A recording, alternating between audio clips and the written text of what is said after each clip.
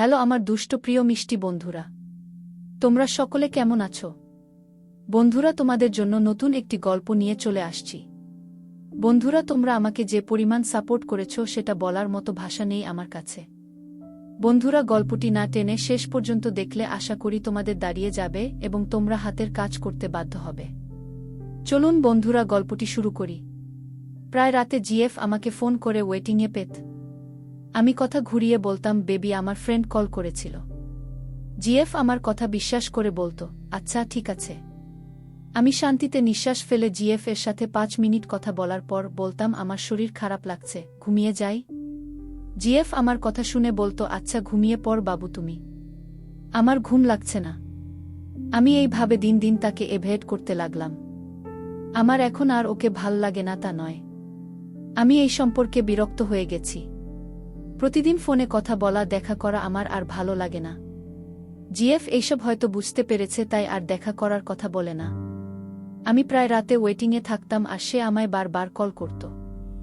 সেদিন রাতে 3টার সময় ফোনে কথা বলছি, তখন হঠাৎ ফোনের দিকে তাকিয়ে দেখি 5-3টা ফোন কল এসেছে ওয়েটিংয়ে। আমি ফোন ব্যাক করে শুনতে পারলাম জিএফ কান্না করছে।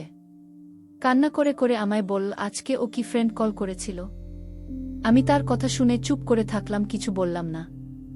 2 দিন পর এক বিকালে তার সাথে দেখা হলো সেই পার্কে, যেখানে আমি তাকে প্রথম ভালোবাসার কথা বলেছিলাম। আজ সে নীল শাড়ি পরে এসেছে। আমায় দেখে জিএফ অনেক খুশি। আমি ওর মুখ দেখে বুঝতে পারলাম সে খুশিতে ফোন ওয়েটিং এর কথা সব ভুলে গেছে। সে আমার পাশে বসে আছে। ইফ, তুমি খেয়ে এসেছো? আমি, হুম। ইফ, বাড়ির সবাই ভালো আছে? আমি এফর দিকে তাকিয়ে বললাম, হুম, ভালো আছে। আমি এখানে তার সাথে প্রেম করতে আসিনি। আমি এসেছি এই সম্পর্ককে এখানেই শেষ করতে। আমার ভালো লাগছে না আর এইসব। সে ব্যাগ থেকে টিফিন বক্স বার করে বলল, তোমার জন্য নিজে বানিয়ে এনেছি। তোমার প্রিয় খাবার পাটিসাপটা পিঠে। আমি তার দিকে তাকিয়ে বললাম, আমি কিছু বলতে চাই তোমায়। সে তখন টিফিন বক্স খুলে হাতে চামচ নিয়ে বলল, খেয়ে বলো। আমি তার মুখে ভালোবাসা আর মিষ্টি হাসি দেখতে পাচ্ছি, কিন্তু আমি আমার মন কঠিন করে বলে দিলাম সব ব্রেক আপের কথা। আমার কথা শুনে ওর হাত থেকে চামচ মাটিতে পড়ে গেল, তাকিয়ে থাকল অসহায় হয়ে। তারপর বলল, 5 বছরের সম্পর্ক আমাদের আর তুমি বলছো এখন ব্রেকআপ। কোথায় হারিয়ে গেল তোমার সেই সব প্রমিস? আমার হাতে হাত রেখে করা ওয়াদা। আমি তার কথা শুনে চুপ করে দাঁড়িয়ে আছি, কিছু বলছি না। সে আবার বলল, মনে আছে বলেছিলে আমার হাত ধরে এই জায়গায় দাঁড়িয়ে, আমি কোনোদিন তোমাকে ছেড়ে যাব না। আমি ভালোবাসি তোমায়। কোথায় গেল সেই সব কথা? কোথায় হারিয়ে গেল বলো? আমি তার কথা শুনে চুপ করে দাঁড়িয়ে থাকলাম। তারপর বললাম, আমি ভালোবাসতাম তোমায়, কিন্তু এখন আর বাসি না। আমায় ক্ষমা করে দাও। মনে কর এইসব শুধু টাইমপাস ছিল আর কিছু না। দয়া করে আমায় ভুলে যাও। বাবা মা যেখানে বিয়ে দিবে সেখানে বিয়ে কর, দেখবা অনেক সুখে থাকবা। সে আমার কথা শুনে চুপ করে দাঁড়িয়ে মাটির দিকে তাকিয়ে আছে। ওর চোখ থেকে টপটপ করে জল মাটিতে পড়ছে। আমি তার কান্না দেখে বললাম, কান্না করে কি হবে? ভালোবাসা তো আর জোর করে হয় না। আর তাছাড়া আমার চাকরি নেই, বিয়ে করে তোমায় খাওয়াব কি? সে কান্না মাখা চোখ নিয়ে আমার দিকে তাকিয়ে বলল, জল খেয়ে থাকতে পারব, কিন্তু আমায় ভুলে যেও না। আমি বললাম, জল খেয়ে কি জীবন চলে? এইসব সিনেমায় হয়, বাস্তবতা অনেক কঠিন। সেদিন সে আমার চোখে চোখ রাখতে পারছিল না, শুধু কান্না করছিল। আমি ওর কান্না সেদিন দেখতে পাইনি। আমি অমানুষ হয়ে গেছিলাম। আমাদের ব্রেকআপ হয়ে গেল। আমি তার নাম্বার ফোন থেকে মুছে দিলাম। সে মাঝে মধ্যে আমায় কল করত, কিন্তু আমি রিসিভ করতাম না। আমার এইসব বিরক্ত লাগত। বিরক্ত লাগার কারণ, তখন আমার আরও একটা বড় লোকের মেয়ের সাথে প্রেম হয়ে গেছে। মেয়েটা আমায় বিয়ে করতে চায়। ওর নাম হল নাইবা বলি। তার সাথে প্রথম দেখা হয় আমার একটা শপিং মলে।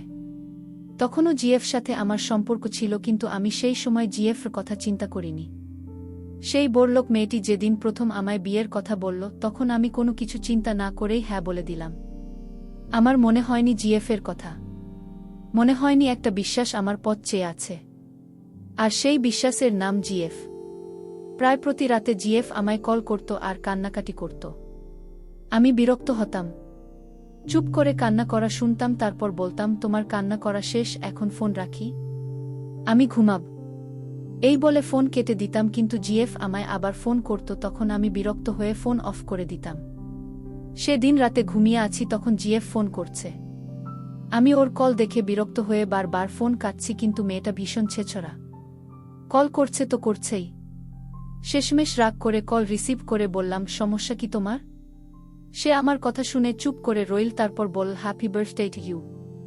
আমি তার কথা শুনে হাঁ করে আছি। আছি আমার জন্মদিন? আমি ভুলেই গিয়েছিলাম। আর নিউ জিএফ আমায় একবারও ফোন করে কিছু বলল না, অথচ অল ঠিক সেটা মনে রেখেছিল। আমি সেদিন রাতে তার সাথে একটু ভালো করে কথা বললাম। আমি তার কণ্ঠ শুনে বুঝতে পারলাম ওর শরীর ভালো না।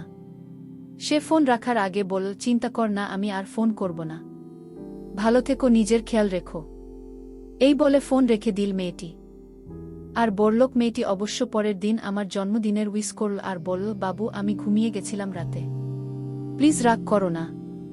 আমি আর তার উপর রাগ করে থাকতে পারলাম না। নিউকে পেয়ে আমি ওল্ডের কথা ভুলে গেলাম। এখন আর ওল্ড আমায় কল করে না। আমি এখন নিউকে নিয়ে ব্যস্ত। নিউ প্রতিদিন আমার সাথে দেখা করত কফি শপে। এইভাবে দিন চলতে থাকে। আমাদের ভালোবাসা বাড়তে থাকে। রাতে খাওয়া দাওয়া করে ঘুমিয়ে আছি, তখন একটা নাম্বার থেকে ফোন আসে।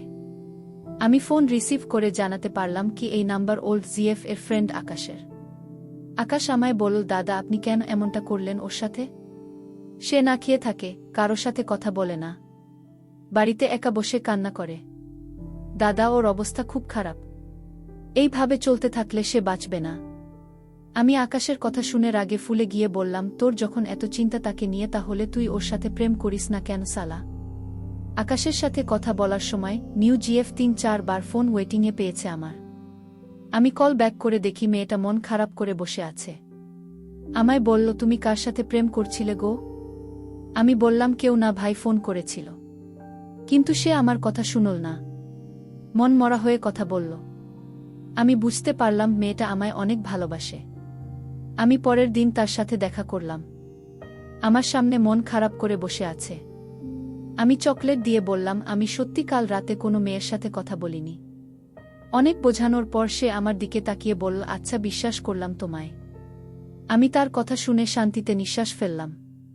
সে আমার হাতে হাত রেখে বলল, আমি তোমায় ছাড়া বাঁচব না। আমি শুধু তোমাকে ভালোবাসি, বিশ্বাস করি। আমার বিশ্বাস নষ্ট করে দিও না। আমি তার কথা শুনে চুপ করে থাকলাম। চিন্তা করতে থাকলাম মেয়েটা আমায় কত ভালোবাসে।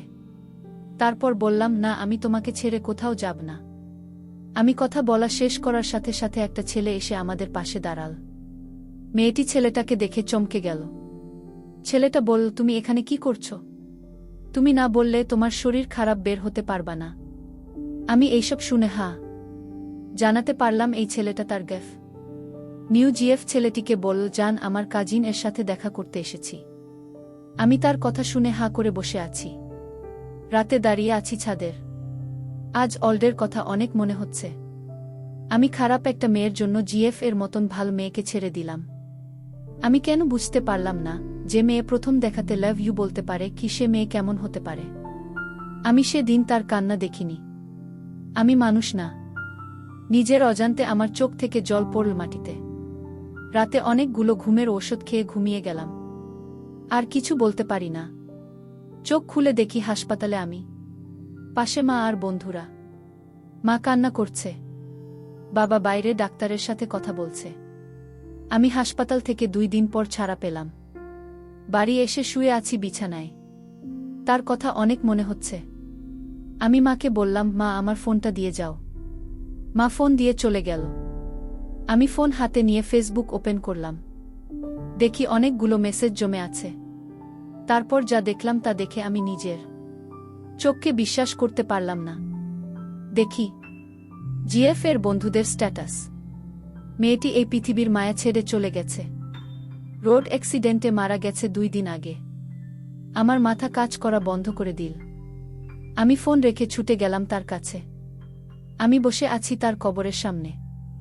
চোখ থেকে জল টপটপ করে পড়ছে মাটিতে। আমি তাকিয়ে আছি মাটির নিচে ঘুমন্ত তোর দিকে। আমার মনে হলো সে দিনের কথা। সেই দিন মেয়েটি আমায় বলেছিল, আমি জল খেয়ে থাকতে পারব তোমার সংসারে, কিন্তু আমি তোমাকে ছাড়া বাঁচতে পারব না।